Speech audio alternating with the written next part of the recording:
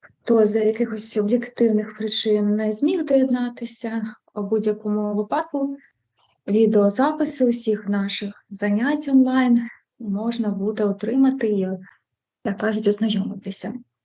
Отже, сьогодні у нас, власне, тематика нашої зустрічі, лекції стосується розвитку біоекономіки, і у нас сьогодні є два запрошених гостьових експертів.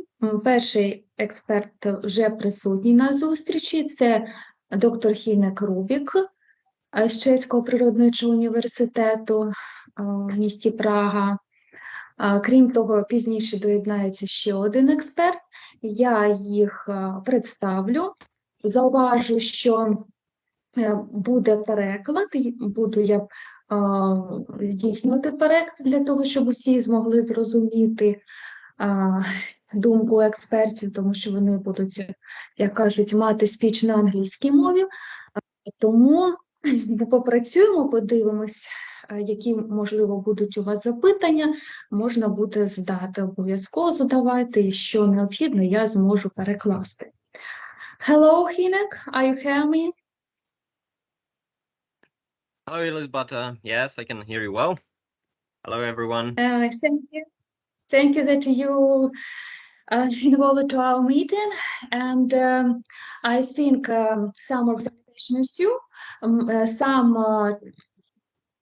of your speech I will be translate for more clear understanding all of participation. So in this moment it can take some time, but I think should be. Firstly, I sharing my presentation. If you have a presentation, you can also share it. Yes, okay. So first of all, about our today experts.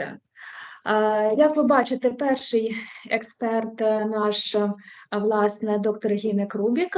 Він керівник дослідницької групи з біогазу, Чеська Республіка. В нього є проєкти, які безпосередньо стосуються стратегії розвитку циркулярної біоекономіки. І, відповідно, на цій зустрічі він надасть свій досвід у цій сфері та його організації. Наступний власне, доктор Йоахім Венус, це Інститут сільськогосподарської інженерії та біоекономіки Лейбниц, Німеччина. У нього більш спеціалізована тематика щодо конверсії лігніцелюлозної біомаси та відходів як потенційного субстрату для промислової біотехнології. Це наші два лектори. І, відповідно, зараз я надам слово першому нашому лектору, доктору Гінеку Рубіку, доценту кафедри стійких технологій Чеського природничого університету. So, you can start your speech. Okay, thank you, Elizabeth, very much. Hello, everyone. Thank you for a very nice introduction. So as Elizabeth was mentioning, I'll be talking today about biogas and bioeconomy. I'll take it more from a broader perspective, so to ensure that everybody is on the same side of understanding what it is and why is it important for us. So biogas is for us a renewable energy source that is produced by during the anaerobic digestion process of various organic materials. That's what we do. It can be agricultural residues, it can be food waste, it can be wastewater sludge, all sorts of fractions with organic waste or organic material. The biogas itself is composed of a mixture of gases. That means mainly methane and carbon dioxide, with some trace amounts of other gases. It can be used directly as a fuel, it can be used for heating, electricity generation, transportation, or upgraded to biomethane and then injected into natural gas or as well used as a transportation fuel. I'll be mainly talking about biogas in a sense of European level, but a part of that, because my research group, what we also do a lot is building small-scale biogas plants in the developing world. But today, I'll be more focused in the European context. I don't know, Elizabeth, if you want to translate something or if I can continue. Yeah. Maybe only some words. Зауважимо, зараз доктор Гінек Рубік говорив, в принципі, що таке біогаз, його склад, що основна частина – це метан та СО2, є також домішки певних інших газових речовин, можуть бути сірководи, наприклад, але це аналог природного газу, до чого ми йдемо, то це до метану. І, звичайно, є так званий процес апгрейдинг, тобто отримання саме біометану з біогазу. Цілком група доктора Гінека займається, власне, біогазовими технологіями для їх масштабування і впровадження на просторі різних країн, в країнах, які розвиваються, наприклад, але вони також мають досвід взагалі співпраці і є в Європейському Союзі з різними компаніями щодо розвитку цього напрямку. І, відповідно, так як у нас, власне, модуль Жан Моне стосується огляду досвіду впровадження в ЄС таких розробок біоенергетичних і біогазових установок, то на цій лекції ми зупинимося на цьому досвіду впровадження. Thank you. Yeah. And now let's briefly introduce a bit of bioeconomy and what is it for us. So bioeconomy, on the other hand, it refers to sustainable economic models which are based on the use of renewable biological resources. It can be to produce goods, it can be to produce services, it can be to produce energy. All of that counts. It encompasses for us a wide range of sectors. So it includes agriculture, forestry, fishery, food systems, and biotechnology. Generally, the goal of bioeconomy is to promote economic growth while also reducing the dependence on fossil fuels and minimizing the amount of waste and pollution being produced and supporting biodiversity and ecosystem services. So you can see how much it is in line with, for example, the topic of biogas. So that was briefly about bioeconomy. Як вже нагадування, що таке біоекономіка, яка заснована вона взагалі на стійкій моделі розвитку економіки з залученням відновних біологічних ресурсів, біоресурсів, власне, потенціалу природних ресурсів, залучення біотехнологій в різні сектори економіки.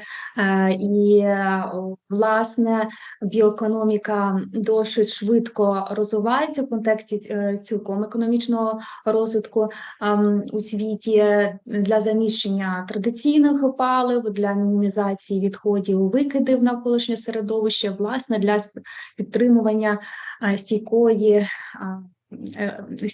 розвитку екосистеми і тих споживчих функцій, які людина використовує в гармонізації з потенціалом відновлення природних ресурсів. Thank you.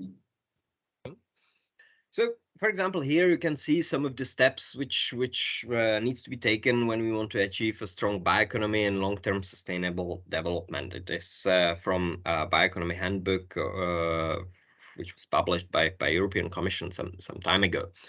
And on it, what you can see how it is linked with food security, how is it linked with moving from fossil-based economy to bioeconomy systems. How is it also linked with other areas which we are not utilizing as much as we could, such as water, seawater energies, the general potential in seas and oceans, and so on. So it's just a small visualization for you. Це така візуалізація, власне, розвитку біоекономіки. Як бачите, джерело, хочу такі відмітити, це European Commission, тобто на рівні, власне, Європейського Соціуму розвивається біоекономіка і є дорожні карти її розвитку. І це, власне, перехід від традиційної економіки, яка базується на використанні традиційних паливних ресурсів, до біоекономіки. Тобто акцент, він, по суті, йде в контексті реалізації цілей сталого розвитку і залучення цього потенціалу біопродакшн, біопродукції, споживчі ресурси із можливістю відновлення стану довкілля. Це така гармонізація, яка спостерігається за різними секторами економіки, виключаючи саме таку рециркулярну економіку, біоекономіку. Yes, you can. Next. So that's the reason why biogas, for example, is for us an important component of bioeconomy, because it produces a renewable and sustainable source of energy that can be produced from organic waste. And it is also offering quite a lot of benefits, such as environmental benefits and social benefits. This can be reducing the greenhouse gas emissions from waste disposal. It can be improving soil quality through the use of digestate as a fertilizer. It can be supporting the rural development through the creation of new jobs and new income streams. Because, for example, in Czech Republic, which we are a relatively small country, we have around 700 of biogas plants, which is quite a solid number. And then, if you would be thinking about the potential, well, let's say the future potential of Ukraine, where there's a lot of organic waste and agricultural waste, and the current number of biogas plants, which is very low. It's just in numbers below 10, as far as I know. Отже, щодо, власне, біогазу, яким дуже важливою компонентом для розвитку економіки, можна назвати переваги розвитку, як соціальні, так і для довкілля, і зменшенням викидів парникових газів, використанням комплексного всіх продуктів, які можна отримати з переробки відходів, так, і отримати в добриво, що засноване на дігестаті, і, звичайно, соціальні можливості розвитку сільської місцевості, фермерських угідь. Слід зауважити, що Чеська Республіка має десь 700 біогазових станцій. Можна порівнювати у контексті Європейського Союзу, що є більш домінантні країни за розвитком біогазових технологій. В цілому, що також зауважив доктор Рубік, що потенціал України дуже значний щодо розвитку біогазових технологій, і дуже багато сировини, субстрату, органічних відходів, які можна до цього залучити і отримати як економічні, так і соціальні, екологічні переваги розвитку цієї технології. Thank you. Here, on the other hand, for example, you can see the value chains for growing bioeconomy, and it is something what we will discuss on the next slide a bit more.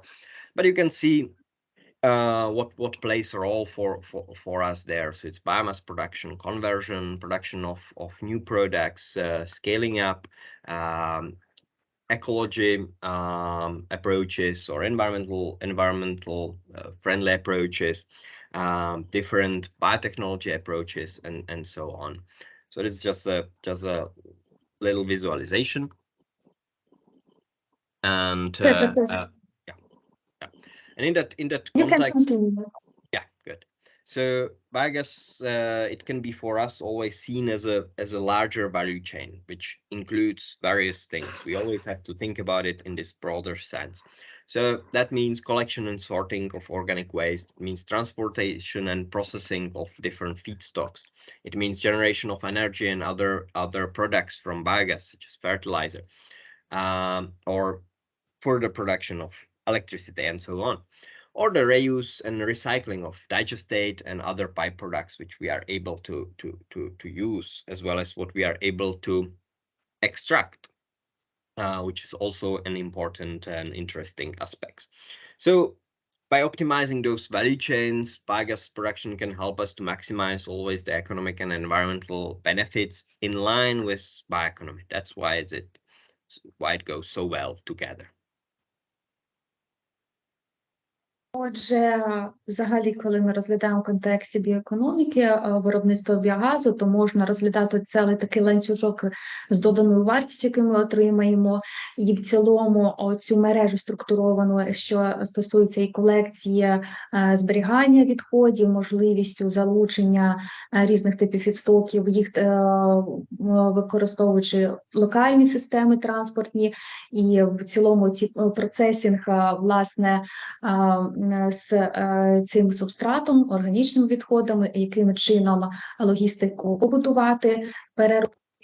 І, звичайно, отримання енергії, інших продуктів з біогазу, можливістю рециклінгу всіх побічних продуктів, які також можуть бути дуже корисні, і таким чином максимізувати, власне, економічний ефект і які переваги екологічні, саме використання біогазових технологій як частини біоекономіки. Thank you. So then you can see how biogas and bioeconomy are very closely linked, as biogas is the renewable energy that is produced from organic waste streams, and it has very important role in bioeconomy. Sorry. It also has important role in circular economy, which are similar concepts. There are some differentiations about that, but in any case, both of them are aiming somehow to keep resources in use for a long term and minimizing waste and pollution. We will not be discussing the differences and similarities between bioeconomy and circular economy. They are quite close, but there are some small differences. Rather, we'll stay focused on bioeconomy itself. So, because it is offering, biogas is offering a number of environmental and social benefits. As we said, not only the greenhouse gas emissions and waste disposal, but also improvement of soil quality and supporting the rural development. But it doesn't only mean rural development. It also means processing of decentralization energy. It also means linking municipalities with energy decentralization and local organic waste management processing, which is also an important role. We have a lot of examples of towns and cities having their own biogas plants, which are processing the communal organic waste and then producing energy and electricity, as well as producing a lot of waste heat, which then later on can be used for different common use, such as heating pools or heating houses or heating greenhouses for agricultural production, even within the municipalities or towns and cities. Отже, коли ми говоримо про біогазові технології, виробництво біогазу в контексті біоекономіки, яку, в принципі, дуже часто можна акцентувати і порівняти з циркулярною економікою, але там є певна різниця щодо характеристики, власне, циркулярної економіки, саме біоекономіки, яка заснована на впровадженні біопроцесів в різні галузі сектору економіки. Біогазові технології можуть бути досить доречні в різних аспектах розвитку і на рівні муніципалітетів залучатися з переробкою муніципальних органічних відходів, і ця енергія може витрачатися на, власне, енергетичного балансу міста, що досить таки може бути прибутковим. І з точки зору, власне, розвитку і відновлення родючості ґрунтів, власне, органічного землеробства, яке на сьогодні теж акцентується, можливістю залучення органічних добрив, також біогазові технології можуть бути дуже корисні, і саме розглядатися цей пласт сфери їх реалізації з впровадженням оцих рідкофазного і твердофазного дігестату як органічного добрива, і дуже багато зараз є досліджень саме у цій сфері. Thank you. So, in the context of bioeconomy, we consider biogas and its production being part of a larger value chain. That includes collection, sorting, transportation, processing, utilizing and dealing with the feedstock, energy generation, production of other byproducts, and reuse and recycling of digestates as well as other byproducts. So you can see that we always have to consider it in a very complex way. So that's something to always keep in mind, that it's not a straightforward thing, but we need to always have the complex system thinking about it.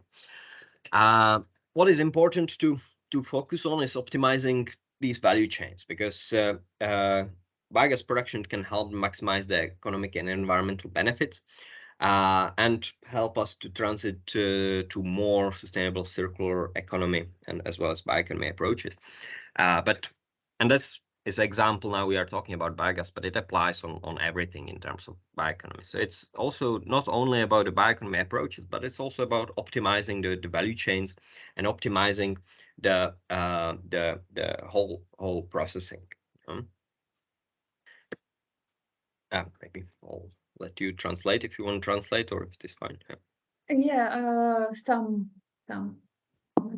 Отже, щодо біогазових технологій, вже говоримо це в контексті, власне, можливості розгляду всієї інфраструктури розвитку цих технологій, біоенергетичних технологій, і в її структурованості, можливості, власне, валоризації відходів, можливості впровадження і у цих технологій з отримання продуктів з доданою вартістю. Тобто це ланцюжок, який потрібно розглядати в контексті економічних вигід і реалізовувати ці рішення згідно бізнес-планів, які можуть бути скориговані відповідно до регіональних особливостей розвитку. Тобто в цьому контексті. Thank you. So now we are getting to European Union and bioeconomy or bioeconomy studies. So EU in the European Union, bioeconomy is very actively promoted. It's one of the approaches to promote the development of bioeconomy as a way to achieve some sustainable, low carbon and resource efficient economy, to be much more competitive also in the future. The bioeconomy encompasses all the economic activities actually derived from scientific research and technological innovation to biological sciences, including most of the research happening in agriculture, forestry, fisheries, food production, and biotechnology. So it's covering a very wide range of things, and the transition pathways towards bioeconomy play a very important role in the European Union. European Union is also recognizing its potential very much and understanding its possibility in addressing the various major societal challenges such as climate change, food security, public health issues, and still considering the economic growth and job creations. Отже, коли говоримо про власне розвиток біоекономіки, досить таку значну підтримку в Євросоюзі має цей напрям. Він стосується саме стійкого розвитку економіки, ресурсоефективної економіки з низькими викидами карбону, і є досить значна програма промоції власне біоекономіки, що стосується технологічних інновацій з різних секторах економіки і впровадженням розвитку наукового дослідження в сфері біотехнологій. І в цілому біоекономіка, вона адресована на різні виклики сьогодення, пов'язані як із якістю, власне, і проблематикою харчових продуктів, їх якості і належних обсягів для популяції. Так, на сьогодні є така проблематика із зміною клімату і, власне, різними соціальними сферами і здоров'ям населення. Тому це досить таки широка сфера розвитку біоекономіки. Дякую, thank you. So, within the European Union, it has been supported quite a lot, and also in terms of research and innovation. That also means research and innovation in the bioeconomy through different programs and various initiatives. One of them was Horizon 2020. Now it is Horizon Europe, which is the new name of the program for the current period. Then also different initiatives like bio-based industries joint undertaking or European Innovation Partnership on Agriculture, Productivity and Sustainability, and many others. But I think the main one, more or less, is the Horizon Europe, which might be also very much applicable for you. So all of these initiatives, they are aiming to accelerate the development of sustainable and innovative bio-based products, processes, services, everything which can help us in the future more effectively replace fossil fuel-based products, reduce greenhouse gas emissions, and enhance resource efficiency. That also means a lot of work in terms of policy issues, which I'll be talking a bit more about later. So it again covers almost everything from various bio-based products which we are creating up to the policy level changes, which some of the European countries, such as, for example, Central and Eastern European countries, still need to focus a bit more on. But yeah, I'll let you translate maybe. Отже, щодо власне підтримки дослідницької інноваційної діяльності в біоекономіки в ЄС, то можна зупинитися на кількох програмах. Зокрема, це Горизонт 2020, зараз це Горизонт Європа, також BioBasic, тобто заснована на біопроцесах цілова спільнота. Є також європейські інноваційні співдружність щодо виробництва в аграрній сфері та стійкого розвитку. Тобто ці організації, ви бачите на слайді їх англійською, власне, оригінальні назви, вони займаються досить таки широким фінансуванням проєктів, що стосуються біоекономіки, і в принципі Україна також може до них долучатися, особливо Горизонт Європа. Ми можемо як партнерська організація входити в консорціум і брати участь в аплікації на ці заявках за напрямком біоекономіка в цих програмах. Впровадження досить різнопланове. Thank you. Thank you. So, yeah, as Elizabeth was saying, it's always possible to be part of the consortiums and partners in the projects. It's not only Horizon Europe, but also different Erasmus type of projects, different capacity building projects, which are also very much linked also with bioeconomy. So you can also, always keep that in mind.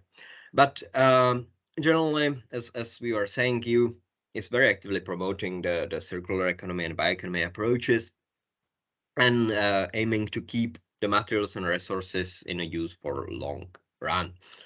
What might be an interesting reading for you later on, if you will be more interested, I recommend you the EU Bioeconomy Strategy Progress Report, which is very nice reading, for example. Maybe if you wanna very quickly. Отже, така рекомендація досить гарна, власне, є такий звіт, стратегія прогрес розвитку біоекономіки ЄС.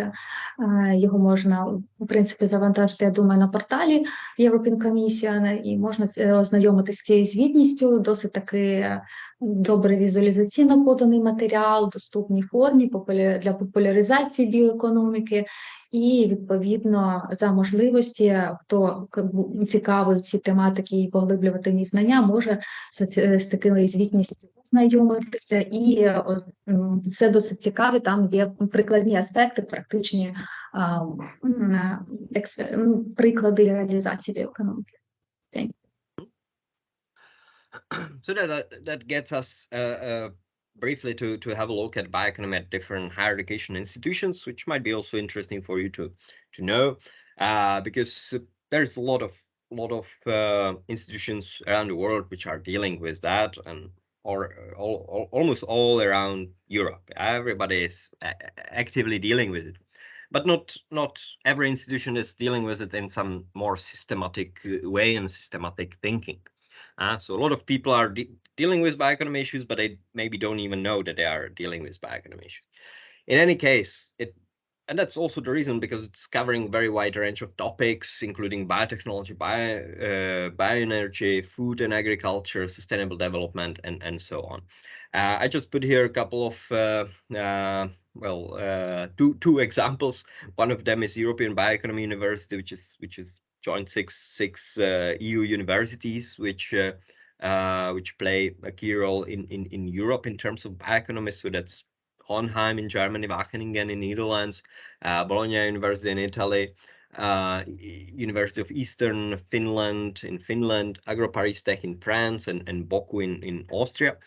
I also added example from Czech Republic, because our university is the leader in bioeconomy in Czech Republic, and it actually didn't take that much work to put it together, because we were actively doing it for a long time. We just needed to systematize it, create the different bioeconomy teams. We have multidisciplinary bioeconomy team at the university level.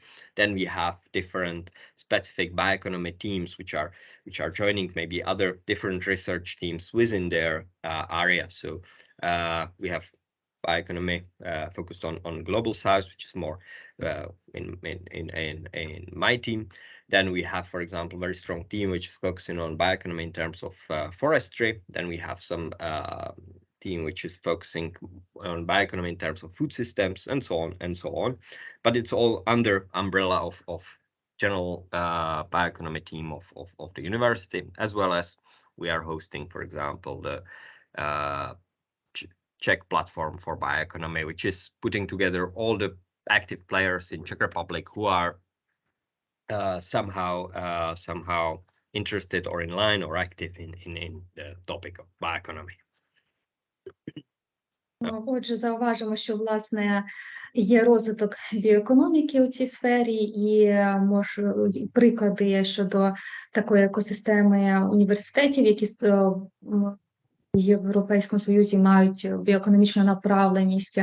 Можна досить багато говорити і називати прикладів різних, які стосуються галузевого розвитку біоекономіки. І доктор Гінек Рубік зауважив щодо розвитку, власне, в його університеті різних дослідних груп, які стосуються певного галузевого розвитку біоекономіки, чи це лісництва, чи, власне, харчової промисловості, чи біоенергетичного сектора, зеленої енергетики в контексті розвитку біоекономіки. І ось ця систематизація знань з біоекономіки і розвитку дослідних груп в контексті біоекономіки на сьогодні дуже актуалізується в різних країнах ЄС. Thank you. Thank you. So, because EU is recognizing very much the potential of bioeconomy to address various societal challenges and promote economic growth, there's a lot of incentive programs, and EU luckily is supporting the development of bioeconomy very much. That doesn't mean only in terms of research, but also in terms of moving different production of bio-based products to rural areas and so on. So it's always on the always on some sort of system approach. Now, what is interesting, maybe if you want to translate what I said, or I can, yeah, okay, yeah. You can continue. I can continue. Good. So here then, what I was thinking, what might be an interesting thing for you, I put here a couple of interesting fields and topics of research in terms of EU and bioeconomy. You can also think in terms of Ukraine and bioeconomy. But it's a couple of examples which you could potentially focus on or think about or do research about. That was just a couple of different topics I put together. So it can be various research topics, such as analyzing the policies, regulations, government frameworks that are shaping the development of bioeconomy, or even, for example, in terms of Ukraine, creating the roadmap towards adopting or accepting bioeconomy approaches. then linking it also with European Green Deal, the CAP, the Common Agriculture Policy, or for example, the Circular Economy Action Plan. Or it can go into areas such as covering development of different innovative and sustainable business models, the role of entrepreneurship in the bioeconomy, different challenges and opportunities which are facing the bio-based startups and SMEs. That might be for those of you who are more into economy entrepreneurship topics, or for example, assessing the environmental and social impacts of the bioeconomy.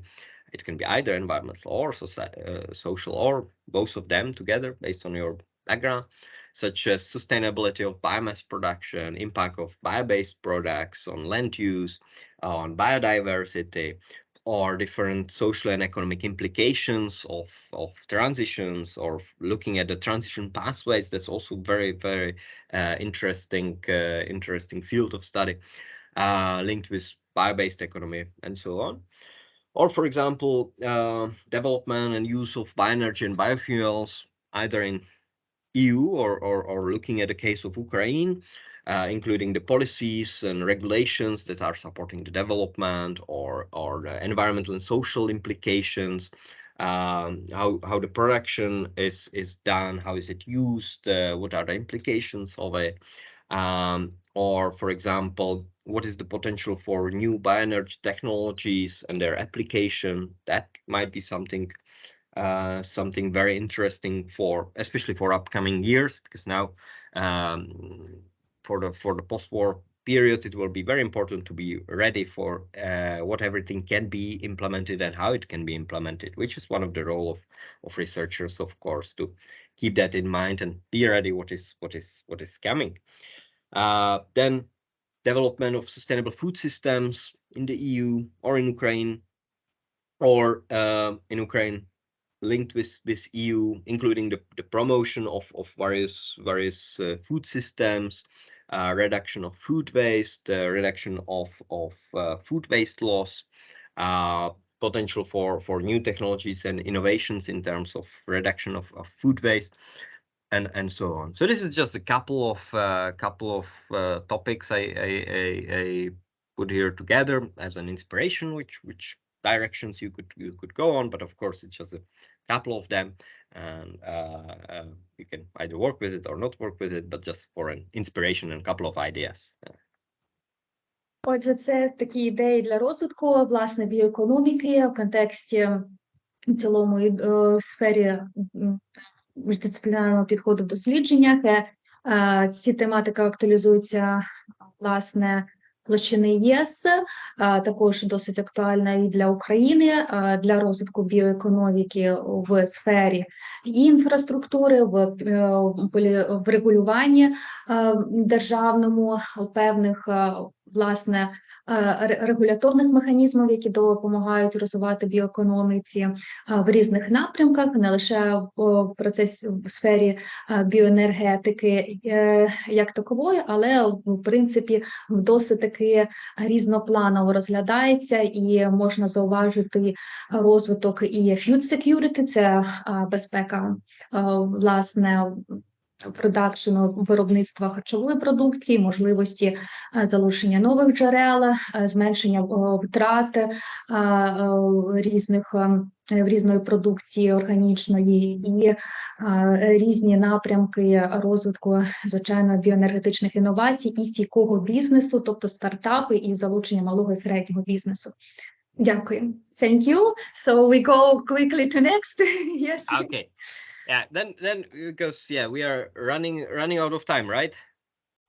Is that correct? Yeah. Okay. Yeah, so yeah. Then I think we covered it actually well, because this is more about bioeconomy and waste management. But what I want to show you instead, what might be an interesting for you, is to check out two. We have now, as an example, two projects which we are doing. So one of them is C2 Act, which is focused on empowering Central and Eastern European countries to develop circular bioeconomy strategies. I'll later on put the link here for you to check this website, where we where we are focusing on creating national bioeconomy hubs in 10 countries, which is Bulgaria, Croatia, Czech Republic, of course, Greece, Hungary, Poland, Romania, Serbia, Slovakia, and Slovenia.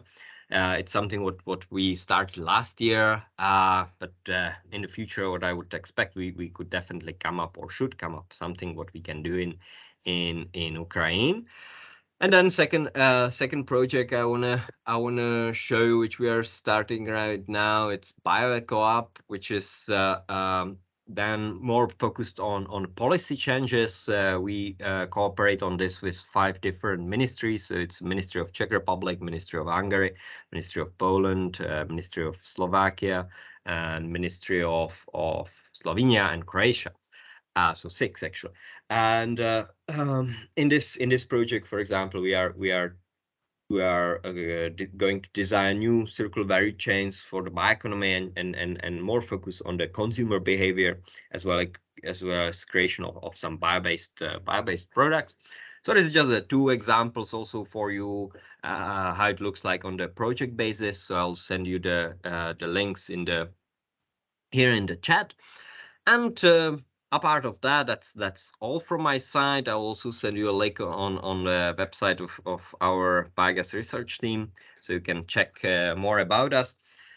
Apart of that, I thank you very much for listening. In case you would have any questions, I'm very happy to answer now, or also feel free to write me an email, and we can discuss via email as well.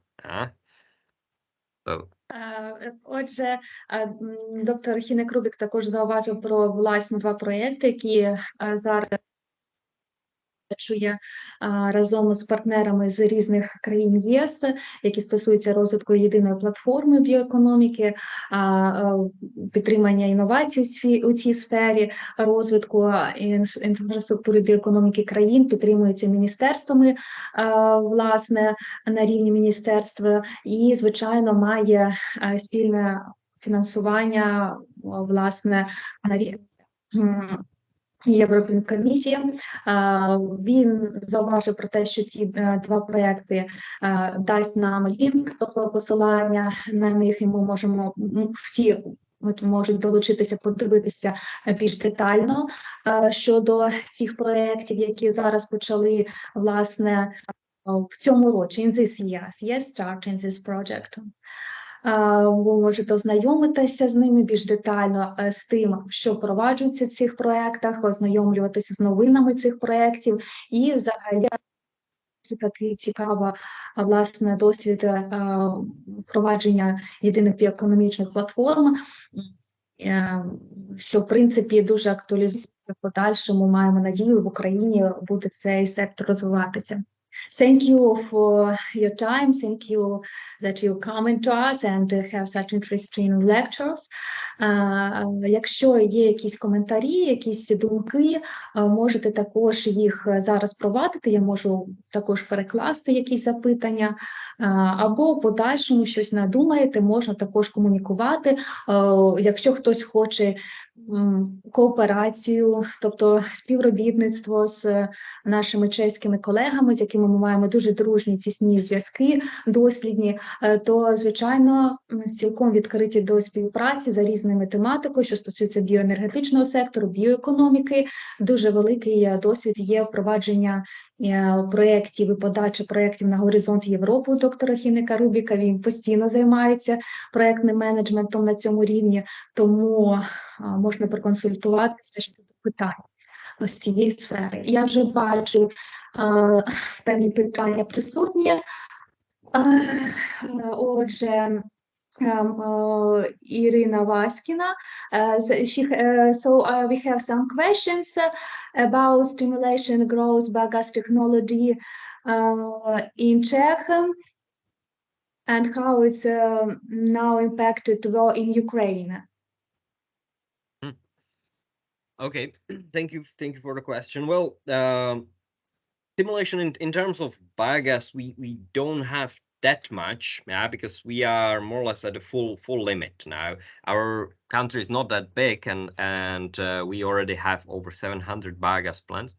But now there is more of stimulation on building more municipal biogas plants. So now there has been more push to faster build a new biogas plant for city of Prague, as well as a lot of other municipalities. They started or incentivized biogas plants in different more municipal type of solutions. So that's one of the things. But apart of that, let's say the energy crisis due to the war, it more transformed to searching for other sources of energy, because in terms of biogas we already have quite a big number of biogas plants. So now it's other more focused on other sources. So one of them is, for example, agrivoltaics, which means that we have agriculture, and above that we have photovoltaic panels, which are in like 5 to 7 meters high, and the mechanization can still run under them. So that's one of the new concepts which now is being pushed a lot. So that's just a quick answer for that. Отже, щодо відповіді, що в принципі 700 біогазостанцій є в Чехії, є зараз розвиток саме на муніципальному рівні, наприклад, в Празі є розвиток власне використання муніципальних відходів в енергетичних цілях. Є питання також у чаті щодо одне possible to join any project that can be. I think if you have some certain question about possibility to cooperation, yes, involved into some project, it should be right for your mail, yes? Якщо ви маєте саме більш спеціалізовані питання, хочете підключитися до якоїсь співпраці за якимось проєктом, то доктор Гінек Рубік надав свій емейл у чаті. Ви можете написати, він відповість обов'язково, тобто на ваші питання, і вже більш конкретизовано ви зможете співпрацю цю обговорити. Тобто пишіть вільно і подивитися, як. Exactly, Yes. as Elisabetta said, I'll just add that what Julia here was asking, it's also possible to find all sorts of ways of cooperation or internship here. That's also possible. Yeah, so you can write me an email. I believe we still have also some mobility funding.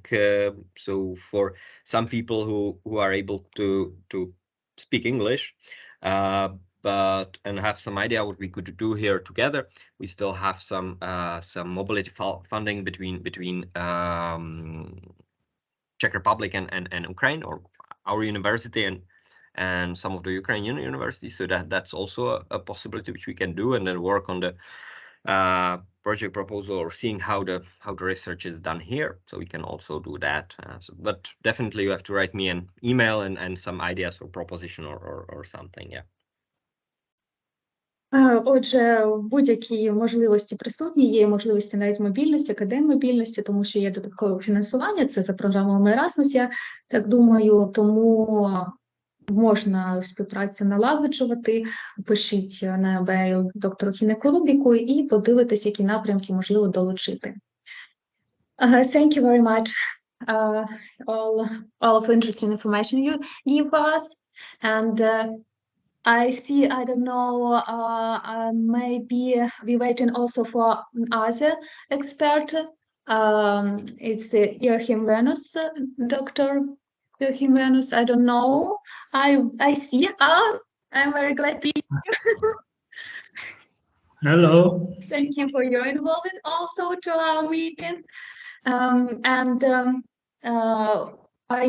mostly mentioned about you that it's you can now translate about your presentation. If you want, you can I already try to share? Yes, yes, you can try to share. Okay, let me see. And it's Доктор Йоахім Венус, Інститут сільськогосподарської інженерії та біоекономіки імені Лейбніца, кафедра біотехнології, мікробіому. Це місто Потсдам біля Берліну, Німеччина, дуже відома така наукова школа. Відповідно, дуже рада бачити власне, доктора Йоахіма Венуса. We have some cooperation, yes, and we know each other most of all. I remember more than 6 years, maybe. So you can start your presentation. Yes, and I some of part of slide translate to Ukrainian. Okay, so can you see my presentation in? Yes, it's very. Okay, it's so okay. Yeah. Unfortunately, I just have one screen with my laptop, so I just can see my slides and nothing else. I cannot see you or someone from the audience. Sorry for this.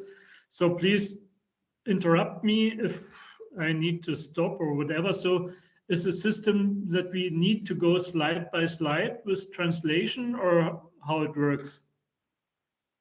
Yes, I think I translate some information very briefly for more clear understanding, but it's Okay, so quickly. then I try to make it short that we can finish on time. So thank you very much for the invitation. I'm very happy to give you a brief overview about that, what we are doing in our institute, what you can see here on the first slide. So I'm going to talk about industrial biotechnology, and I divided my talk into more or less 2 parts. The first one is a bit more general information to give you an introduction, and then some examples of our own projects. Okay?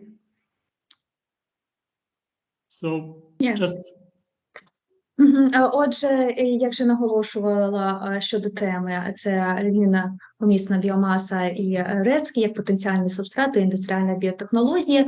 І зараз ми отримаємо певну інформацію щодо наукових досліджень в Лейбницькому інституті і побачимо сферу проєктну, якою займаються, власне. Thank you. Can continue. I know from the title of your webinar that's more or less the topic is bioenergy, but I'm not going to talk about energy. Sorry for that, but I hope it's useful as well. So just for those of you who are not familiar with the location of Potsdam, which is very close to the capital of Germany, Berlin, in the southwest. So we are more or less connected just by a bridge. And we have a relatively long history in agricultural research, and in the meantime, after the reunification, the last 30 years, also our research topics changed a bit. And just give you a brief overview about our so-called program areas. So what we can expect from agriculture, crop production, livestock production, and food production.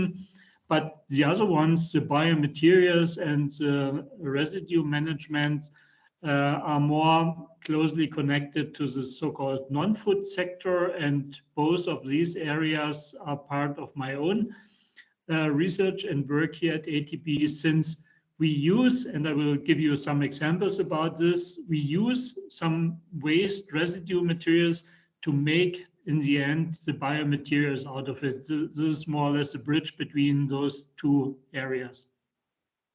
And we see now only the first slide. You go to other slides, or the first should be? Pardon?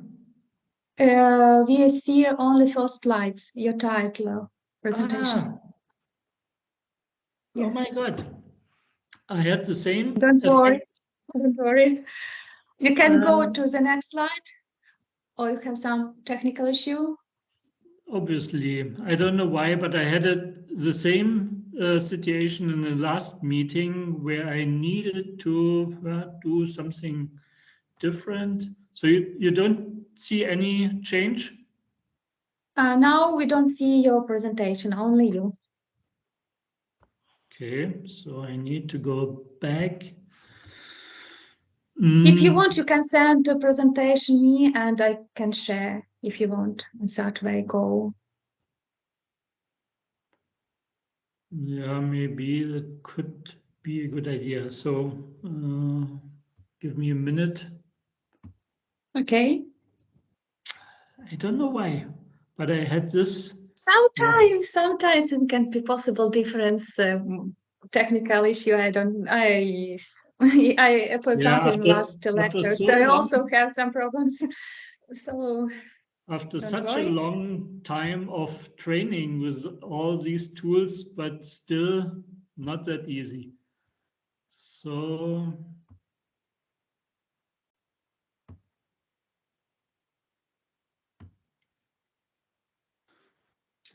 now you should, should get it right now.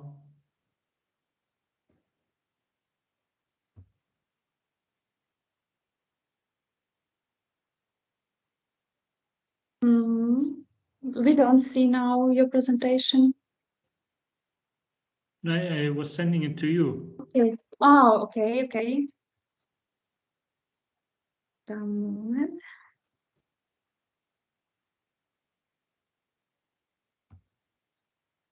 I see. Okay, now I download your presentation and some minutes I can share.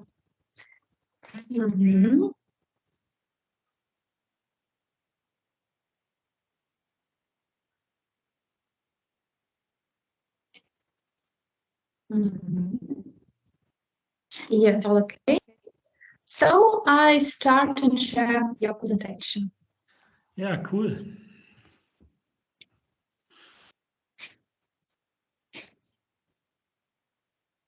So first slide we see, and the next slide, yes, your history. Yeah, it was just about the location of Potsdam for those of you who are not familiar with the, closely located to Berlin, and just a few details of our history. So long history in agricultural engineering and research. And since, as I mentioned before, the last 30 years, the topics sometimes changed. And if you go to the next slide, then you can see that what I already was talking about, the crop production, the livestock, the food, and then the two other ones, right bottom, the biomaterials and the residues are used in my group to produce the biomaterials out of it, and I will come back to those examples in a minute.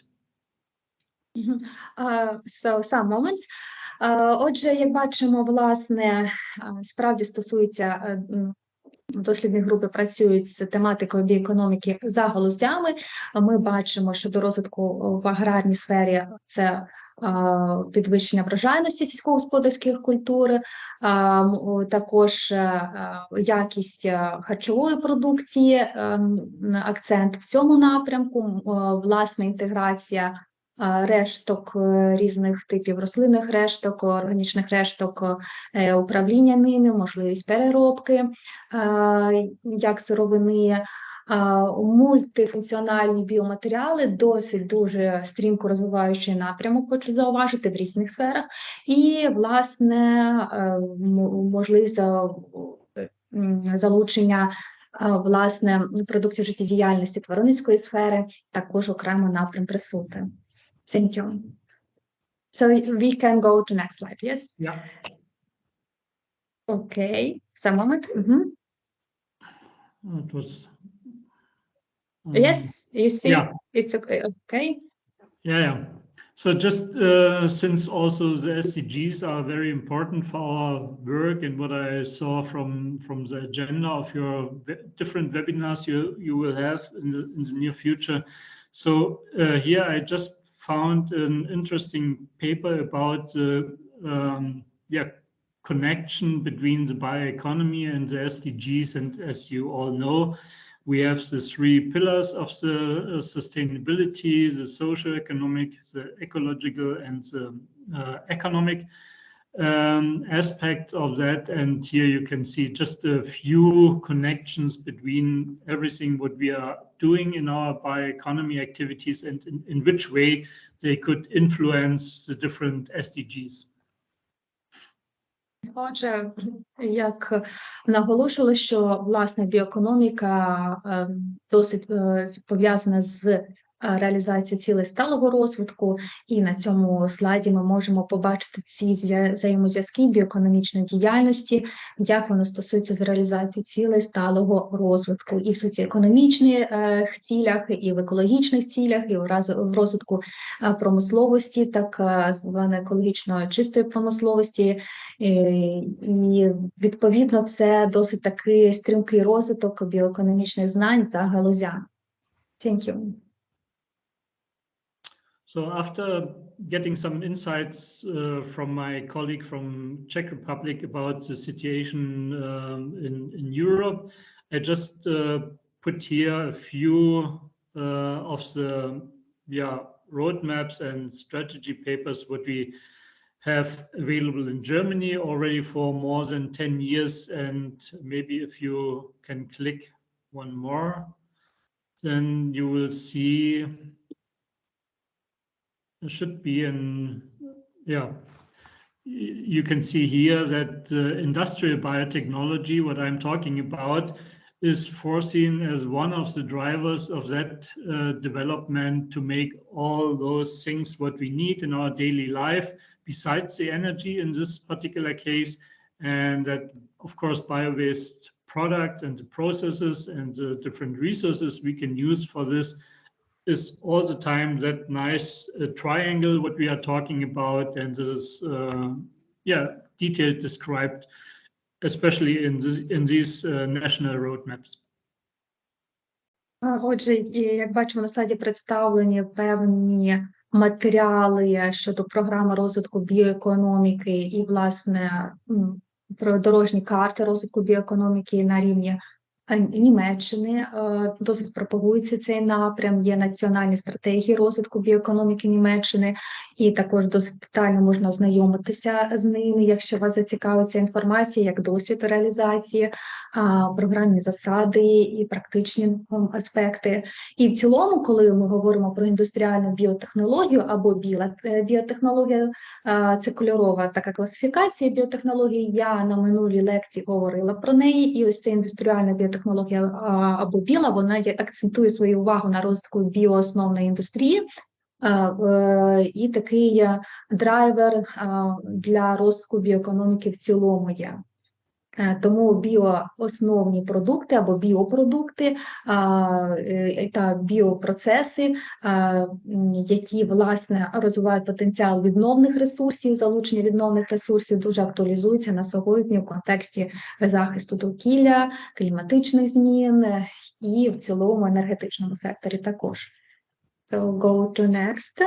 Yes. Obviously, I need to be more short, otherwise we don't meet the target of the time. So that what I was talking about, the feedstocks, the processes, and the products was already described, I would say, more than 20 years ago by this roadmap about the biorefineries in the US. And if you click one more, Elisabetta, then we can see that about biotechnological part of all the system I'm talking about is just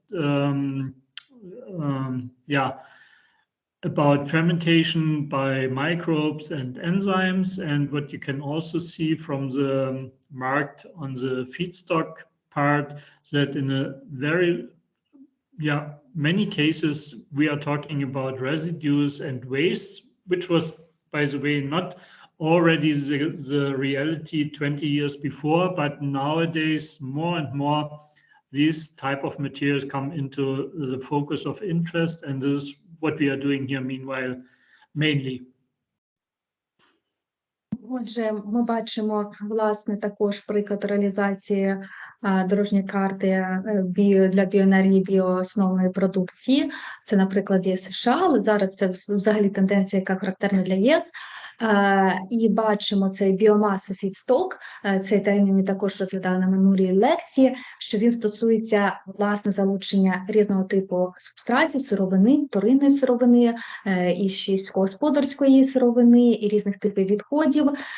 І оці процеси конверсії, вони досить таки різнопланові. Це, власне, процеси ферментації, процеси залучення різних ензимних ензимів і, власне, отримання ензимів. Також, власне, ферментація, яка стосується виробництва органічних кислот, тому що це біополімери, по суті, подальшому, тобто це біополімеризація в цьому напрямку. Звичайно, ферментація, що стосується отримання палива, як газоподібного, так і рідкого. Тому це досить цікавий напрямок, який розвивається і розгалужується. Thank you. Yeah, now after talking about the feedstocks and those things, we need to have an idea about promising products or molecules. And for that reason, it has been done also in already 2004, what you can see on the left-hand side of that table, a list of so-called bio-based chemicals, which were announced to be as candidates for industrial application. And then a few years later, in 2010, the same, more or less, a group of experts that tried to have an update of that list. And as you can see here, the red marked succinic acid and the lactic acid are two molecules that we are dealing with. And now we have more or less also an update from 2020 on the right-hand side, you can see. And in case you are interested in all these lists of different molecules and chemicals, you can go deeper in these documents if you like. So I will focus in my next slides on the succinic and lactic acid. Отже, є також такий, власне, можете подивитися такий звітність, що bio-basic chemicals, тобто біоосновні речовини, є досить таки цільова група таких речовин, хімічних речовин, які можуть синтезуватися ферментно, і ми бачимо їх список, і, зокрема, зараз зосереджуємо увагу на двох: бурштинова кислота і лактична молочна кислота. Тому ці дослідження безпосередньо, які здійснюються в інституті доктором Йоахімом Венусом. Thank you. Can continue.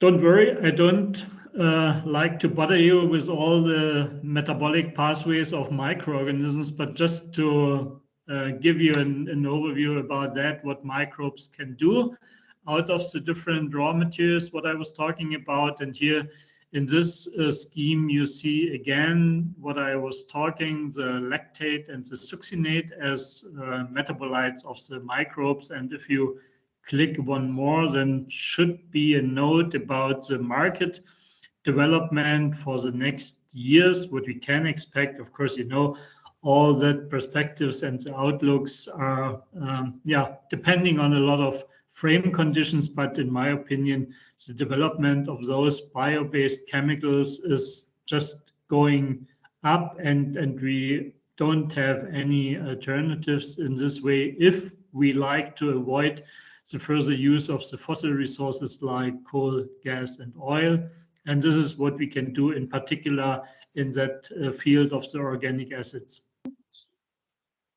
Отже, валоризація, власне, промислових відходів, побічних продуктів з отриманням біополімерів дуже актуалізується на сьогодні, і, власне, це дозволяє йти від традиційних вичерпних ресурсів, що є дуже важливим, і, власне, глобальний ринок молочної кислоти, яка використовується в різних сферах, в різних галузях промисловості, постійно зростає. Ми бачимо в цілому, наскільки актуалізується напрямок отримання біополімерів.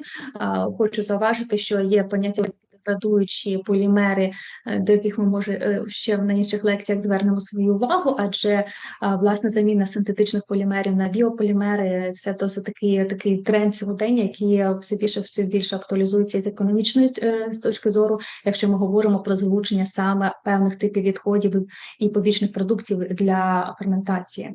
Thank you. So the next slide. Yeah. And so this is just a general idea of that, what we try to do with the bio-waste. In this particular case, what you can see on the left-hand side, it could be from the kitchen, from the industry, from municipal solid waste, from garden, whatever you can have in mind. And we don't like to burn it. We don't like to make just compost out of it. We try to go straight to the right into the molecules of the lactic acid in this particular case by fermentation. Отже, ми бачимо різні типи відходів, біовідходи, які можна використовувати для ферментації з отриманням молочної кислоти, замість того, щоб просто вжигати ці відходи, піроці, можливо, займатися якимось чином, їх компостувати. Є такий напрям, можливо, ферментації із, власне, отриманням корисних органічних кислот, які залучаються в різні сфери виробництва. Thank you. The next. Yeah, coming back a bit to the structure and the behavior and the composition and the properties of the biomass we are trying to use in our processes. If we are talking about the lignocellulosics, which is part of the title of my talk, we have, of course, different, the three main components, the cellulose, the hemicellulose, and the lignin. And Elisaveta, if you click one more, you see a few more figures about that. So we don't need to go into the details. I just like to remind you with that we have a huge variation in nature about the different materials, residues, waste, whatever we can use. And from that different composition, we need to develop ideas of the different treatment. It could be already liquid material. It could be a fiber-like material. It could be particles. It could be pellet. It could be more or less everything. And depending on the different structure and the different composition, we need to develop different methods and technology to break down the structure of that lignocellulosic material in order to release the sugars out of it, which is in the end the raw materials for our microbes.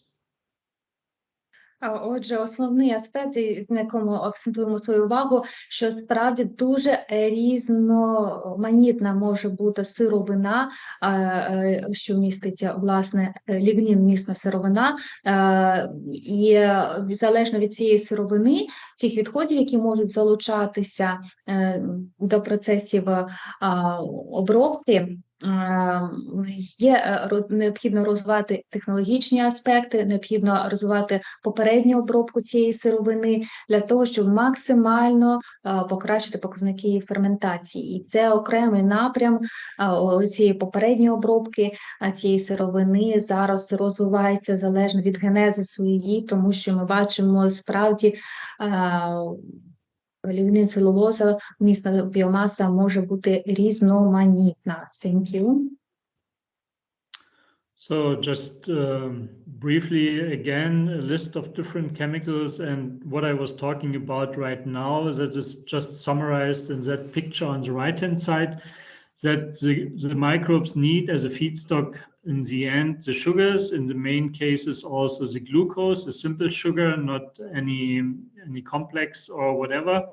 And what you can see on the right, we need to undergo that lignocellulosics is so-called chemical or physical or both together pre-treatment to separate the three main parts, the lignin, the hemicellulose, and the cellulose, and then by the means of enzymes, we can hydrolyze the hemicellulose and the cellulose and into the different sugars, the pentoses and the glucoses, and then the fermentation and the downstream processing will take place coming to the final product, lactic acid in this case. Отже, цитуємо you can something tell? Окей.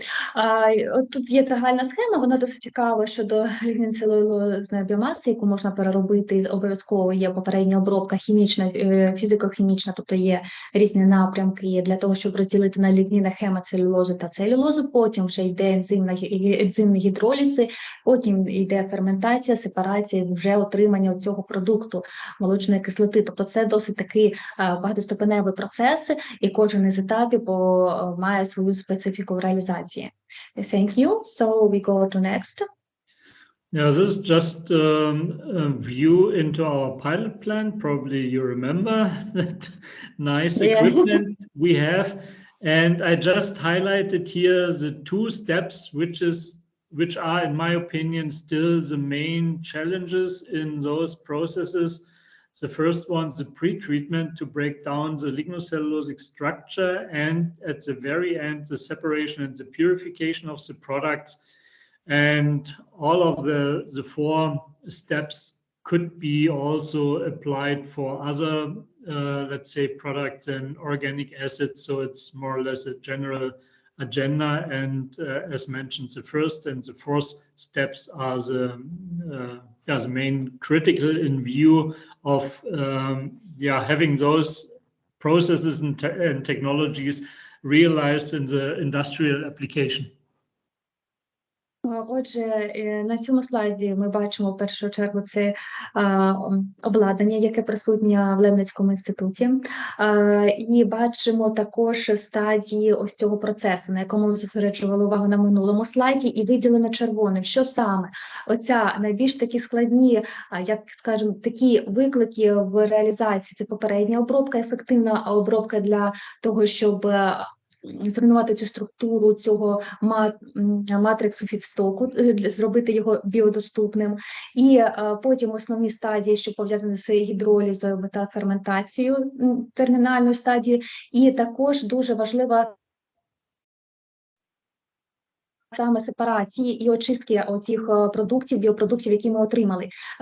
І зараз, справді, розробка оцих стадій, першої стадії, попередньої обробки, останньої стадії сепарації, отримання цього готового продукту, вони дуже акцентують на собі увагу, є дуже важливими, адже багато говориться саме про стадію ферментації. Але ось ці стадії, які попередня і після обробка, їх розвиток дають можливість ефективної комерціалізації саме процесу ферментації в цілому. Тому досить таки актуалізується на сьогодні їх розвиток. Thank you. So this is just a list of that feedstock, what we already had in our hands in the pilot plant, in the different labs. So I come back to a single example. So just to give you an idea about the different categories of materials, the starchy materials, what we started 20 years before. The green biomass could be a good source for those processes. And then the lignocellulosics and the very final category, the residues, the byproducts, and the waste materials is meanwhile the main proportion of our raw materials. Отже, ця така мапа, власне, розвитку різної сировинної бази для отримання таких корисних продуктів, біопродуктів, як молочної кислоти ферментації. Можете також побачити саме посилання на публікацію доктора Венуса, тобто можна з нею ознайомитись подальшому. Вона говорить про ці ідеї, справді, і як різнобічно можна використовувати сировину, різні рослинні рештки, різні органічні відходи, вторинну сировину, акцентую свою увагу, що є дуже важливим, тому що для біополімерів спочатку використовувалися, наприклад, кукурудзяний крохмал, але це вже харчовий продукт. А тут ми розмовляємо, саме акцент ставимо на переробці певних рослинних решток, органічних відходів тощо, для того, щоб власне валоризацію цих відходів провести і отримати корисні органічні продукти. Thank you. So probably with the examples, we need to hurry up a bit. I make it really short, and in case you like to share the presentation and the slides with your students, so you can do that, feel free. Everything is already published. And just give you a few examples. This is a straw from wheat, I guess, and I don't like to go into all the details of that, let's say, different concentrations of the parameters here, just to give you an idea how it looks like, how long those processes take place. In this particular case, about 2 or 3 days. Окей, отже, в принципі, зараз говоримо про окремі приклади реалізації цього процесу, обробки з отриманням корисних біопродуктів. Ви можете ознайомитися, власне, з тим, як, наприклад, сільськогосподарські рештки можна переробити як фідсток, як субстрат для ферментації з отриманням молочної кислоти в публікаціях доктора Йоахіма Венуса. І тут є, власне, дозування, різні параметри враховувалися ферментації. Тобто ці деталі можна буде ознайомитись, тому що часу зараз замало для цього, але ці всі публікації в відкритому доступі і цю презентацію я також буду шерити між учасниками. The next slide. Yeah, that's it's more or less similar, or in some cases the same. This is just another example of the feedstock. It was a bilateral project together with Colombia about coffee residues.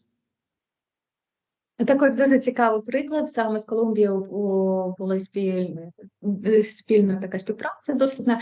І, власне, кавові рештки також використовувалися для того, щоб провести ферментацію. Бачите, тут також йде масштабування процесу від 2 літри, потім 50 літрів.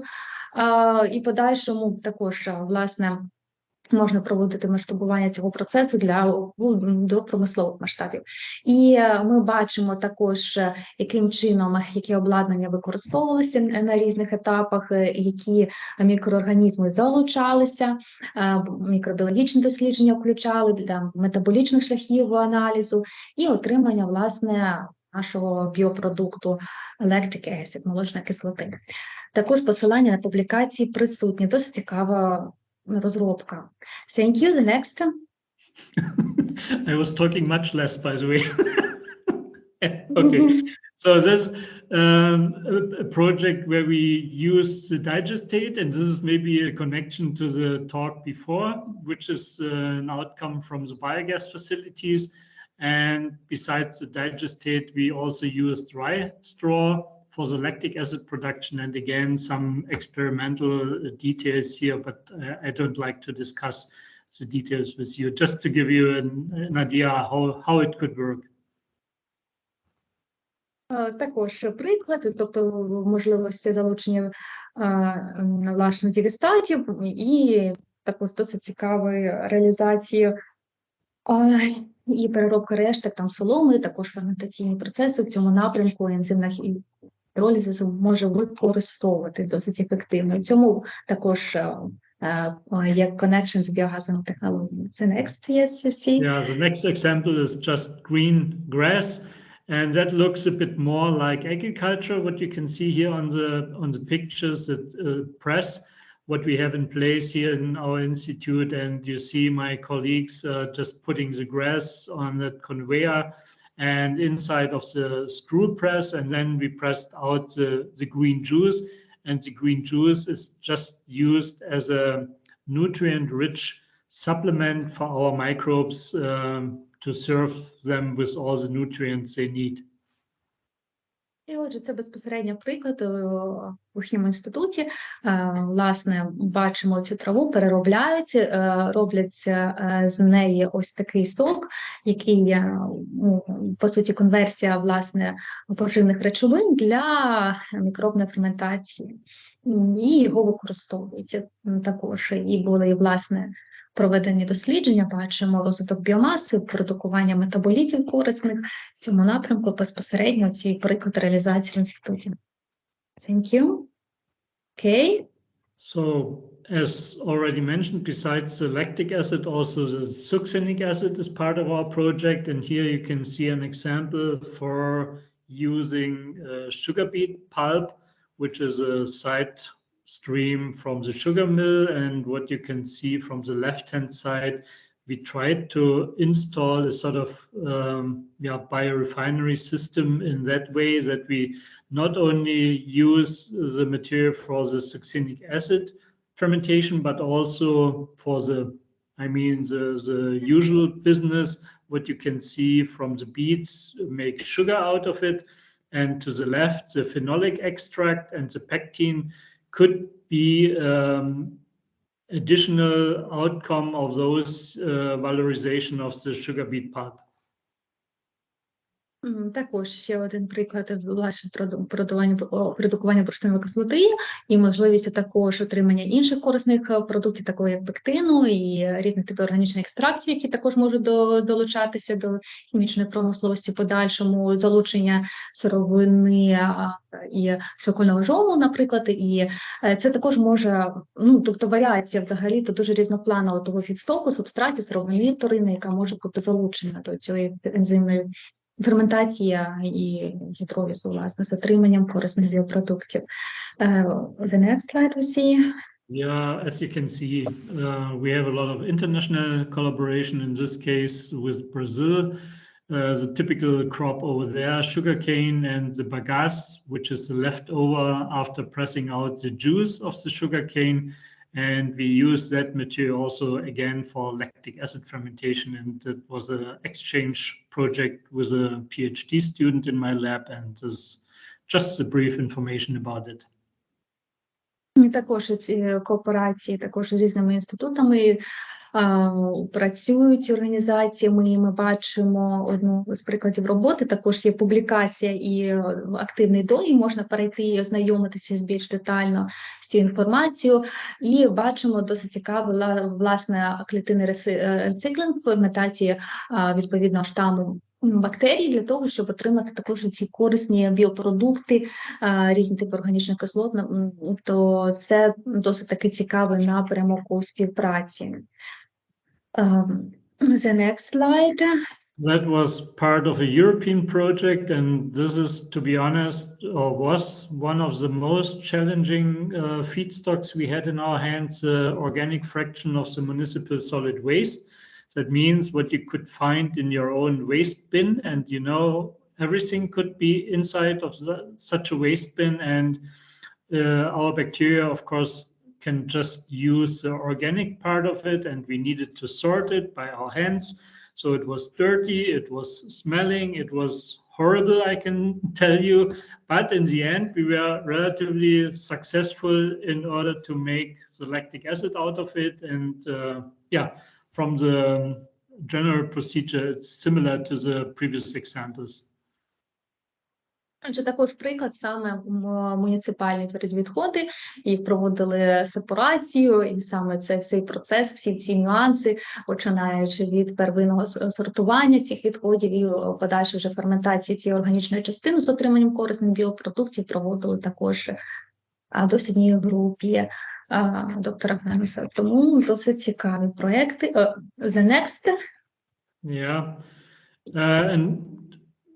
I'm coming to the end just to give you a few more general aspects in order to increase the entire process performance. And one of the things what we could do with fermentation processes is a bit more complicated but very successful system of continuous mode fermentation. And without again going into the details, I just like to give you that as a nice opportunity to improve your processes.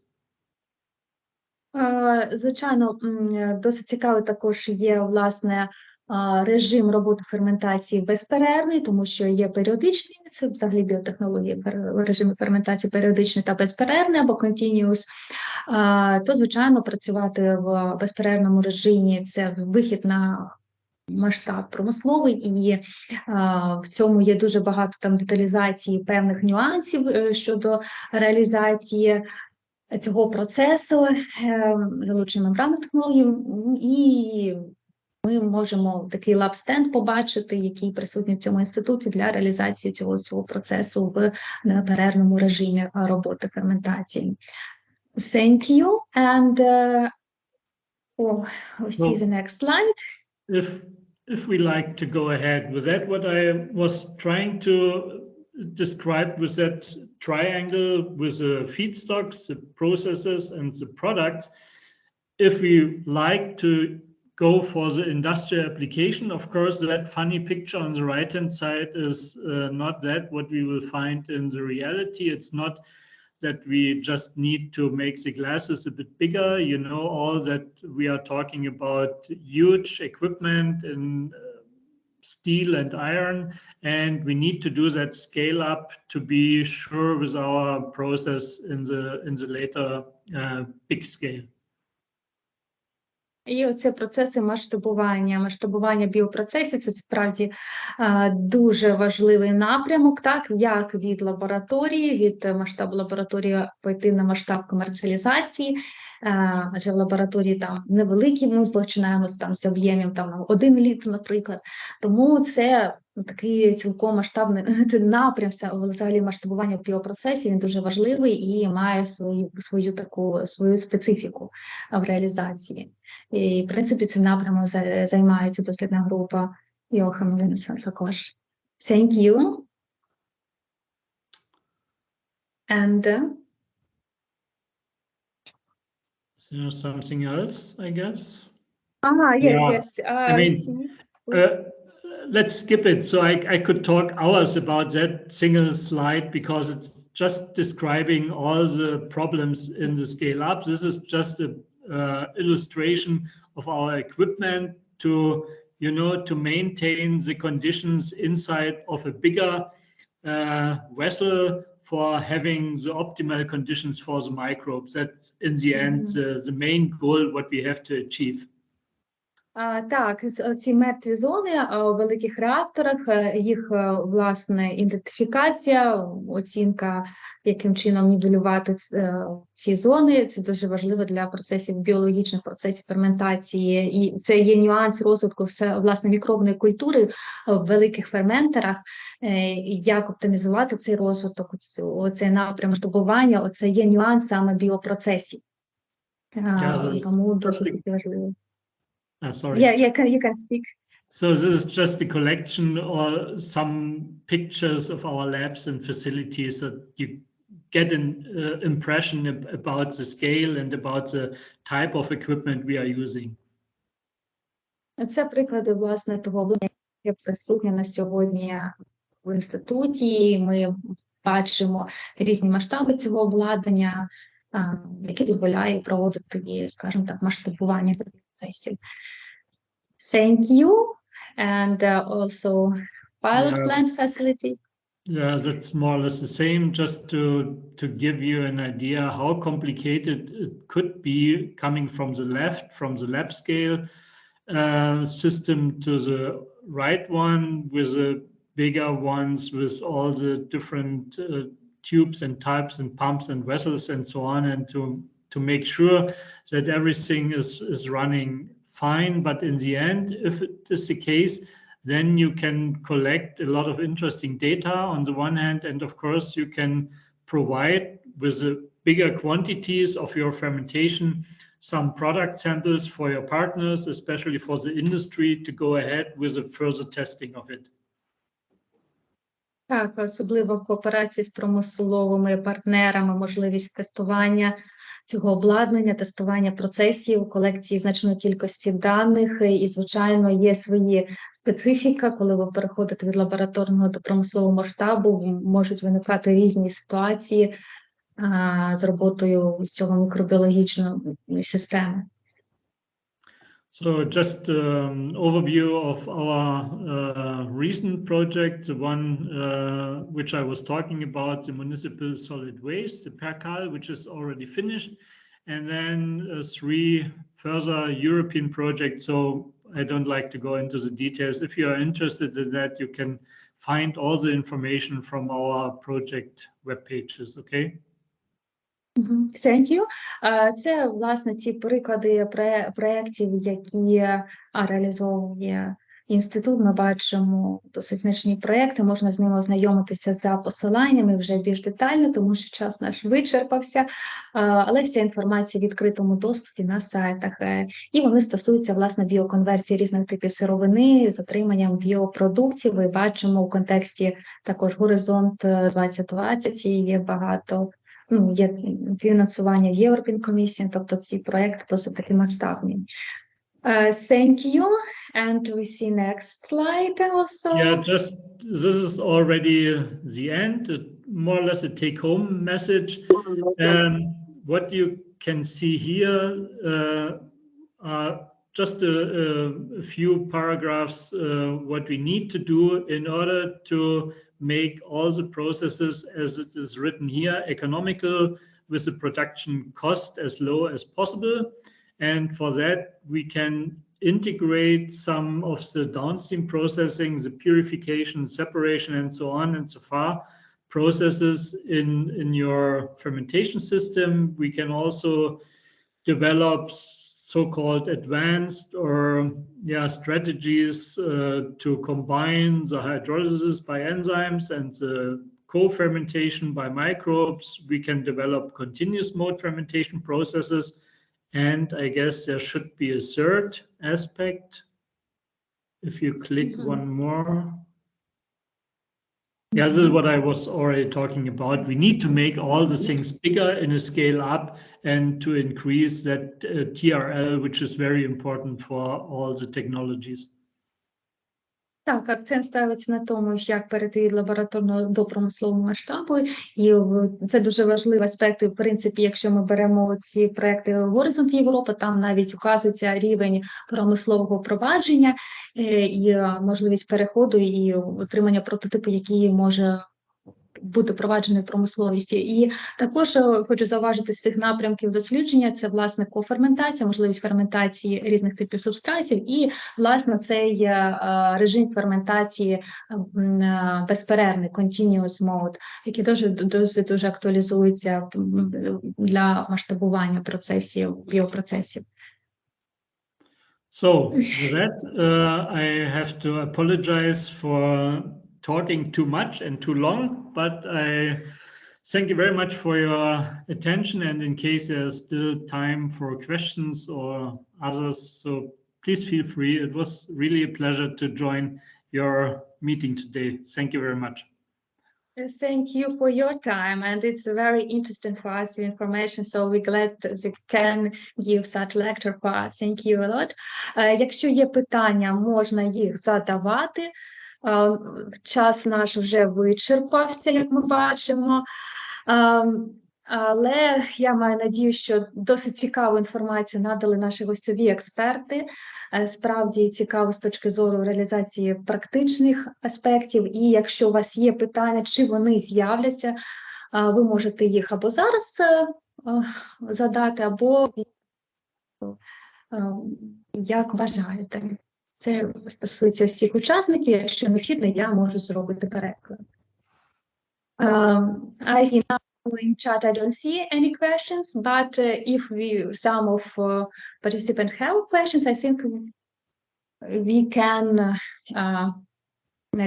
keep in touch, yes. Sure. And I'm very glad to see you. I hope we grow our cooperation in some way to search this possibility. And to see you face to face in future also. Yeah, that would be great. Thank you very much for your time. Yeah, thank you so much. And as already mentioned, you can share my presentation with the students, and in case they need any further information, please feel free to contact me again. Okay? Thank you. Thank you very much. Yes. See you next time. See you. Bye. Отже, дякую всім за вашу увагу. Як бачите, наші гостьові лектори дуже старалися і надавали дуже цікаву інформацію і досить таки багато, тому ми вже вичерпали наш час. сьогоднішньої зустрічі онлайн. Весь матеріал буде доступен, тобто відеозапис я також надам. Як з'являються питання, хочете комунікувати, кооперувати з нашими гостьовими експертами, так, з їхніми організаціями, це є також можливість, вони відкриті до співпраці, тому будь-які ваші коментарі, будь-які питання, вони доречні, як такий фідбек. Прошу, цікавтеся і будемо спільно розвиватися. Ось це такий основний меседж на сьогодні. Дякую за увагу. Тоді, якщо питань немає,